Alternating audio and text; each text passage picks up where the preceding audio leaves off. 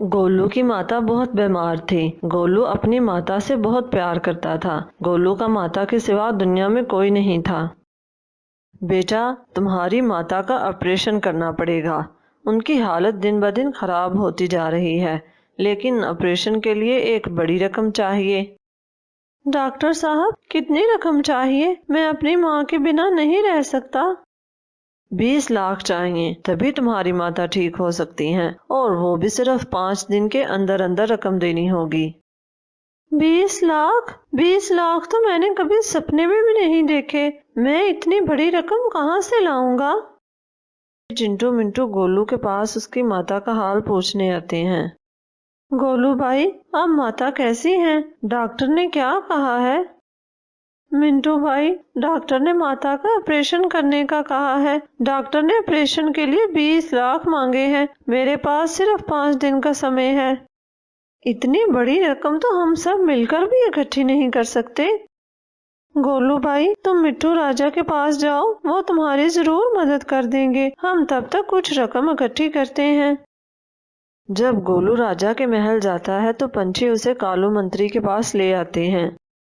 मंत्री जी, ये पंछी सुबह से बाहर खड़ा था। ये राजा से मिलने की रट लगाए हुए है। तुम राजा से क्यों मिलना चाहते हो? मंत्री जी, मेरी माता बीमार है। उनके ऑपरेशन के लिए हमें 20 लाख चाहिए। मैं राजा से मदद लेने के लिए आया था। सेवक, मेरे लिए ठंडा पानी लेकर आओ। 20 लाख कभी देखे भी हैं? तुम्हारी माता ने जिंदा रहकर क्या करना है? अगर वो ठीक भी हो जाए तो 1 या 2 साल जिंदा रह पाएगी। क्या तुम 1 या 2 साल के लिए 20 लाख जाया करोगे? यहाँ से तो तुम्हें फूटी कौड़ी भी नहीं मिलेगी। चलो किसको यहाँ से।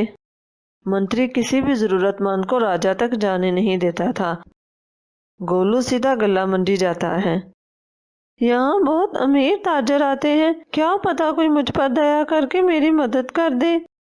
ऊपर वाले के दिए से कोई तो मेरी मदद करे। मेरी माता बहुत बीमार है, मुझे उनका ऑपरेशन करवाना है। गोलू को मांगते हुए 2 दिन हो जाते हैं। उसके पास सिर्फ 200 रुपए जमा हुए थे।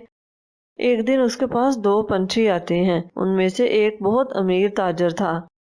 वो ताजर गोलू को 10 रुपए देकर वहां से चला जाता है और उसकी बात पर ध्यान नहीं देता। मुझे नहीं लगता कि मैं यहाँ रहकर पैसे इकट्ठे कर पाऊंगा। ऊपर वाले मेरी मदद कर। बेटा, मैं इस बाजार में मेहनत मजदूरी करता हूँ। मैं 2 दिन से तुम्हें यहाँ देख रहा हूँ। मुझे बताओ, तुम्हें माता के इलाज के लिए कितने पैसे चाहिए? मुझे 20 लाख चाहिए। मेरे पास 20 लाख तो नहीं, लेकिन इतने जरूर हैं कि जिनको इस्तेमाल करके तुम्हें 20 लाख दिलवा सकता हूँ। पर आप मेरी मदद क्यों करना चाहते हैं, जबकि इतने इतने ज्यादा अमीर पंछियों ने मेरी मदद नहीं की? मैं तुम्हें बाद में बताऊंगा, अभी तुम मेरे साथ चलो। वो अजनबी पंछी अपने पैसों से एक गाय खरीद लेता है और सड़क किनारे लेकर खड़ा हो जाता है। 20 लाख रुपए की गाय ले लो, सस्ती गाय, जो भी लेगा याद करेगा। गोलू ये सब देखकर हैरान था और नतीजे के लिए बेताब था। कुछ ही देर बाद पंछियों का रश लगना शुरू हो गया था। राजा ने बाजार में चीजों की कीमत का जायजा लेने के लिए खुफिया पंछी छोड़ रखे थे। भाई, तुम 1 लाख वाली गाय 20 लाख में क्यों बेच रहे हो? तुम मंडी का रेट खराब कर रहे हो। भाई, अगर तुम्हारे पास 20 लाख है तो बात करो, मैं तुम्हें इसकी खूबियां बताता हूँ। अगर नहीं है तो फिर अपना और मेरा समय मत जाया करो। राजा जी, बाजार में एक पंछी 1 लाख वाली गाय 20 लाख में बेच रहा है। वो बाजार का रेट खराब कर रहा है। जब मैंने उससे वजह पूछी तो उसने कहा कि इस गाय में कुछ खास बात है और वो बात वो सिर्फ उसे बताएगा जो वो गाय खरीदेगा। अभी इस सरफिरे व्यापारी के पास जाना चाहता हूँ। मंत्री, चलो, हमें अभी निकलना है। फिर राजा व्यापारी के पास आता है। 20 लाख रुपए की गाय ले लो, सस्ती गाय, जो भी लेगा याद करेगा। मैं तुमसे ये गाय खरीदूंगा। मुझे इसकी इतनी ज्यादा कीमत की वजह बताओ। बादशाह सलामत, ये गाय एक जादुई गाय है। जो पंछी इसके सर पर बैठेगा उसे जंगल में जितने भी खजाने छुपे हैं सब नजर आ जाएंगे। लेकिन मुझे तुम्हारी बात पर यकीन नहीं। आज के दौर में ऐसा कैसे हो सकता है? जादुई गाय सदियों से हमारे बड़ों के पास थी, ये भी उसकी ही नस्ल से है। अगर आपको यकीन नहीं आता तो इस पर बैठकर देख लें। लेकिन याद रहे, धोखेबाज और झूठे पंछी को कुछ भी नजर नहीं आएगा। राजा जी, ये पंछी झूठ बोल रहा है, ये हमें उल्लू बना रहा है। मंत्री, तुम जल्दी से गाय के सर पर बैठो। मंत्री गाय के सर पर बैठ जाता है। मंत्री, बताइए, क्या कुछ नजर आया? व्यापारी बहुत चालाक है, लगता है ये मुझे जानता है। अगर मैं सच बोलूं तो राजा की नजर में धोखेबाज और झूठा साबित हो जाऊंगा, और अगर झूठ बोलूं तो ये 20 लाख ले जाएगा। कालू, तुम कुछ बोल क्यों नहीं रहे? राजा जी, क्या बोलूं? इतना ज्यादा सोना चांदी देखकर मेरा तो मुंह ही बंद हो गया है। हीरे, राजा जी, आप जितने बड़े हीरे, जवाहरात और बहुत ज्यादा कीमती पत्थर, इतने बड़े खजाने मैंने कभी नहीं देखे। राजा जी, अब आपकी बारी है, आप खुद आकर देख लें। मंत्री तो ईमानदार साबित हो गया है। जहाँ तक मुझे याद है, मैंने कभी किसी से धोखा नहीं किया और ना ही किसी का हक खाया। लेकिन झूठ हो सकता है बचपन में बोला हो, इसलिए मैं गाय पर नहीं बैठूंगा। कहीं मैं जनता के सामने झूठा ही न साबित हो जाऊं। राजा जी, आप भी बैठे, खुद देखें अपनी आंखों से। नहीं व्यापारी, मुझे मंत्री की बात पर पूरा यकीन है। राजा जी, मुझे आपसे अकेले में एक बात करनी है। राजा जी, मैंने आपसे झूठ बोला। ये गाय एक आम सी गाय है, ये कोई चमत्कारी गाय नहीं। क्या तुम्हारी इतनी जुर्रत कि तुम राजा के साथ धोखा करो? तुमने आखिर ऐसा किया क्यों? राजा जी, ये नन्हा पंछी आपके महल में मदद के लिए गया था। आपके वजीर ने इसे धक्के देकर महल से निकाल दिया। इसकी माता का ऑपरेशन था, जिसके लिए इसे 20 लाख की जरूरत थी। राजा जी, माँ तो माँ होती है ना, चाहे गरीब की हो या अमीर की। ये बेचारा बाजार में मांग रहा था, मैंने इसकी मदद करने की ठान ली। इसने मुझे महल वाली सारी बात बताई थी। मैंने ये सारा ड्रामा आपसे मिलने के लिए रचाया। मैं जानता था कि आप इसकी मदद जरूर करेंगे। अब आप जो चाहें मुझे सजा दे सकते हैं। तुम बहुत ही बुद्धिमान और दयालु पंछी साबित हुए। तुमने एक नन्हे पंछी की मदद करके मेरा दिल जीत लिया। हमारे राज को तुम्हारे जैसे ही पंछियों की जरूरत है। मैं मंत्री को जरूर सजा दूंगा। फिर राजा 40 लाख देकर वहां से चला जाता है। चाचा, आपने बताया नहीं कि आपने मेरी मदद क्यों की? बेटा, मैं जब तुम्हारी उम्र का था तो मेरी माँ भी बीमारी में चल बसी। मेरे पास भी माँ के इलाज के लिए पैसे नहीं थे। माँ के बिना जो दर्द होता है वो मैं अच्छे से जानता हूँ। मैं धक्के खा खा कर बड़ा हुआ हूँ। मैंने बहुत तकलीफें झेली। मैं नहीं चाहता था कि किसी और के साथ भी ऐसा हो, इसलिए मैंने तुम्हारी मदद की। जंगल में सूखा चल रहा था। बारिश हुए काफी समय हो गया था। पंछी भूख से मर रहे थे। नीलो और जिमी के पास जो भोजन जमा था वो उससे दूसरे पंछियों की मदद कर रहे थे। जिमी भाई, हमारे पास जो भोजन था वो भी खत्म हो गया है। राजा जी हमसे हर महीने टैक्स लेते हैं, वो हमारी मदद क्यों नहीं कर रहे? वो इतने बेहिस कैसे हो सकते हैं? क्या वो नहीं जानते कि पंछी भूख से मर रहे हैं? नीलो बहन, राजा जी तो बहुत दयालु हैं, वो ऐसा नहीं कर सकते। लेकिन इतनी बड़ी बात से वो लाइल्म भी नहीं हो सकते। हमें राजा के महल जाना होगा। हम पंछियों को भूखा मरते नहीं देख सकते। जब नीलो और जिमी राजा के महल जाते हैं तो वहाँ पर और पंछी भी आए होते हैं, जो भोजन के लिए चीखो पुकार कर रहे होते हैं। राजा का खास सिपाही कालू वजीर के पास आता है। मंत्री जी, बाहर बहुत सारे पंछी जमा हो गए हैं, वो चीखो पुकार कर रहे हैं। अगर कोई भी पंछी महल के अंदर दाखिल हुआ तो तुम्हारी खैर नहीं, मैं सबको उल्टा लटका दूंगा। क्या तुम्हें राजा जी की तबीयत का नहीं पता? अगर राजा जी को पता चल गया कि जंगल में सूखा चल रहा है, जिसकी वजह से बहुत सारे पंछी मर रहे हैं, तो राजा जी ये सदमा बर्दाश्त नहीं कर सकेंगे। इससे उनकी मृत्यु भी हो सकती है। फिर मंत्री जी, मुझे इजाजत दे, मैं महल के गोदाम से कुछ भोजन पंछियों को दे दूं, ताकि वो वापस तो चले जाएं। अगर इसी तरह से पंछी आते रहे तो गोदाम खाली पड़ जाएगा। इतने बड़े जंगल को महल के गोदाम से नहीं चलाया जा सकता। क्या तुम चाहते हो कि राजा का परिवार, मेरा परिवार और तुम सबका परिवार भूख से मर जाए? आम पंछियों के जिंदा रहने से राजा का जिंदा रहना ज्यादा जरूरी है। कालू वजीर को अपने परिवार के सिवा किसी की कोई फिक्र नहीं थी। वो बहुत लालची और बेहिस था। हमें राजा से मिलना है, राजा को बाहर निकालो, हम भूख से मर रहे हैं। पंछियों की चीखों पुकार राजा तक पहुंच रही थी। कालू, ये बाहर शोर कैसा है? ये सब क्या कह रहे हैं? मुझे अभी बाहर लेकर चलो। राजा जी आप आराम करें, मैं देख लेता हूँ। फकीर पंछी भोजन मांगने के लिए आए होंगे। मुझे बोलना होगा, मैं ऐसे पंछियों को मरता नहीं देख सकता। मंत्री इनको कुछ नहीं देगा। राजा जी, जंगल में कहर पड़ गया है। बहुत सारे पंछी भूख से मर गए हैं। बाहर पंछी भूख से तड़प रहे हैं। मैं आपको बताने ही वाला था, पर मंत्री जी ने मुझे खामोश रहने को कहा। मंत्री, तुमने ऐसा करने की जुर्रत भी कैसे की? तुम्हें तो मैं बाद में देखता हूँ। सेवक, जल्दी से गोदाम से भोजन महल के बाहर पहुँचाओ, और मंत्री तुम मेरे साथ चलो। राजा सब भोजन पंछियों में बांट देता है। मैं कई दिन से बीमार हूँ। मैंने कई दफा बाहर आने का सोचा, लेकिन इस जलील और घटिया मंत्री ने मुझे आराम का मशवरा ही दिया और कहा कि बाहर सब ठीक है, और मेरे सेवकों को भी रोक दिया कि वो मेरे तक जंगल के सूखे की खबर न पहुँचा दें। मैं मंत्री से इसका जवाब लूंगा। आप सब मिलकर जंगल के हर कोने में भोजन पहुँचाओ। महल का गोदाम आप सबके लिए खुला है। ये सुनकर सभी पंछी बहुत खुश हो जाते हैं।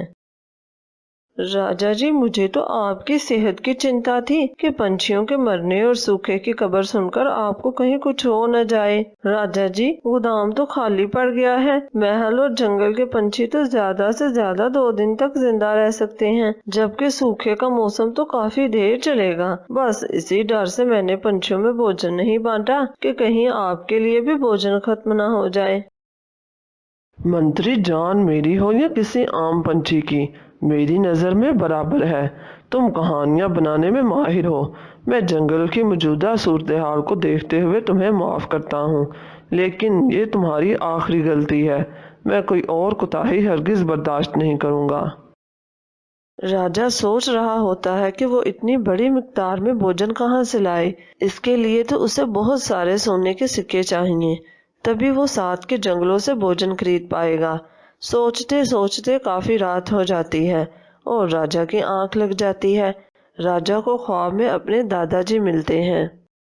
बेटा, तुम पंछियों की जिंदगी को लेकर बहुत चिंतित हो, मैं ये सब जानता हूँ, लेकिन तुम्हें फिक्रमंद होने की कोई जरूरत नहीं। हमारे बड़ों ने बहुत सारा खजाना जमा कर रखा था जो जमीन के अंदर छुपा है। उसी खजाने का नक्शा हमारे आबाई घर में है। अगर ये ख्वाब सच हुआ तो बहुत सारे पंछी मरने से बच जाएंगे। मंत्री, जल्दी से हमारे आबाई घर जाओ और वहां से खजाने का नक्शा ढूंढ कर लाओ। जब तक नक्शा न मिले वापस मत आना। और हाँ, अपने साथ जिमी खोजी को भी ले जाओ। वो नक्शा तलाश करने में तुम्हारी मदद करेगा। राजा जी, जैसे आपका हुक्म। मैं नक्शा ढूंढने में अपनी पूरी कुव्वत लगा दूंगा। फिर कालू जिमी खोजी के साथ राजा के आबाई घर जाता है। मुझे आज ही नक्शा चाहिए। मैं नक्शा लिए बगैर महल वापस नहीं जा सकता। मंत्री जी, मैं तो नक्शे को आज ही ढूंढ कर रहूंगा, आप चिंतित न हो। जिमी कुछ समय में नक्शा ढूंढ लेता है। ये ले मंत्री जी, नक्शा मिल गया है। बहुत खूब, तुम एक माहिर खोजी हो। तुम मेरे काम के पंछी हो। मैं पहले तुम्हारी महारत से वाकिफ नहीं था।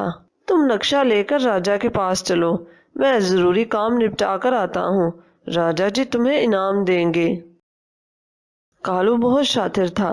वो उसी तरह का एक जाली नक्शा तैयार करवा लेता है। देखना खोजी, असल इनाम तो मैं तुम्हें दिलवाऊंगा। अरे वाह, मुझे तुमसे यही उम्मीद थी। मैं तुम्हें खजाना ढूंढते ही इनाम दूंगा। मंत्री जी कहाँ हैं? क्या वो तुम्हारे साथ नहीं आए? राजा जी, वो तो किसी काम से चले गए थे। उन्होंने नक्शे को हाथ तक नहीं लगाया। वो कह रहे थे तुम राजा जी से जाकर अपना इनाम ले लो। कुछ ही देर में मंत्री भी आ जाता है। कालू, तुम जल्दी से तैयार हो जाओ, हमें खजाने की तलाश में निकलना है और जिमी भी हमारे साथ होगा। हमें आम पंछी बनकर वहां जाना होगा। ठीक है राजा जी, मैं तैयार हूँ। जब राजा तैयार होने के लिए जाता है तो कालू बड़ी होशियारी से नक्शा बदल देता है। हमें राजा जी का पीछा करना है ताकि कोई पंछी उन पर हमला न कर सके। ये राजा जी का हुक्म है। फिर राजा कालू मंत्री और जिमी के साथ खजाना तलाश करने निकल पड़ता है। नक्शे के मुताबिक उड़ते उड़ते वो खजाने वाली जगह तक पहुंच जाते हैं। राजा जी, यहाँ तो खजाने को जाने का कोई रास्ता नहीं। मुझे नहीं लगता कि यहाँ खजाना है। जिमी, ऐसा नहीं हो सकता, तुम फिर से चेक करो, हो सकता है कोई सुराख मिल जाए। बेवकूफ राजा, खजाने के मजे तो मैं लूंगा और किसी को कानो कान खबर भी नहीं होगी। कई घंटे कोशिश करने के बावजूद भी खोजी खजाना ढूंढने में नाकाम रहता है। मंत्री, तुम्हारा क्या ख्याल है? क्या नक्शा गलत है? राजा जी, नक्शा ठीक है। हो सकता है किसी ने खजाना निकालकर मिट्टी डाल दी हो। राजा को भूख से तड़पते पंछियों की फिक्र हो रही थी। राजा जी, भोजन खत्म हो गया है, हमारे पास समय नहीं, हमें कुछ करना होगा। हमें साथ के जंगल के राजा से कर्ज लेना होगा। कालू, मुझे लगता है कि ये नक्शा नकली है। असल नक्शा किसी के हाथ लग गया है। राजा जी, ऐसा नहीं हो सकता। असल नक्शा तो जिमी खोजी के पास था ना, ये ऐसा नहीं कर सकता। राजा जी, मैं नक्शा लेकर सीधा आपके पास आया था। ऊपर वाले के सिवा मेरे पास तो कोई गवाह भी नहीं। खैर, परेशान होने की कोई बात नहीं। मेरे पास असल नक्शे की एक कॉपी है। मैंने नक्शा देखते ही उसे तैयार करवा लिया था। कल मैं अपने सेवकों के साथ खजाना ढूंढ कर ले आऊंगा। जिमी, क्या राजा जी नक्शा लेकर कहीं गए थे? मंत्री जी, राजा जी थोड़े समय के लिए नक्शा लेकर गए थे। हो सकता है उसी समय उन्होंने नकल तैयार करवा ली हो। इससे पहले राजा खजाने तक जाए, मैं राजा से पहले ही कुछ खजाना निकाल लेता हूँ ताकि मुझे नक्शा बदलने का कुछ तो फायदा मिल सके और मैं अपना अलग महल तैयार करवाकर मजे की जिंदगी गुजार सकूं। राजा जानता था कि जिमी ऐसी घटिया हरकत नहीं कर सकता, इसलिए राजा ने जिमी के साथ मिलकर मंसूबा बनाया था। कुछ ही देर में वो एक खाली मैदान में जाता है जहाँ पर एक खुफिया सुरंग होती है जो खजाने तक जाती है। राजा कालू का पीछा करते करते सुरंग तक आ जाता है। जब कालू सोने की थैलियां बाहर निकालना शुरू करता है तो वो राजा को देखकर डर जाता है। राजा जी, आपने तो कल आना था। कालू, हमारे पास नक्शे की कोई नकल नहीं थी। हमने तुम्हें उल्लू बनाकर तुम्हारा इस्तेमाल किया। अब तुम जिंदगी भर जेल में सड़ना। तुमने मेरे साथ कई बार धोखा किया, पर इस बार मैं तुम्हें माफ नहीं करूंगा। फिर राजा साथ के जंगल से ढेर सारा भोजन मंगवाना शुरू कर देता है और जंगल के सभी पंछी पेट भर के भोजन खाने लगते हैं।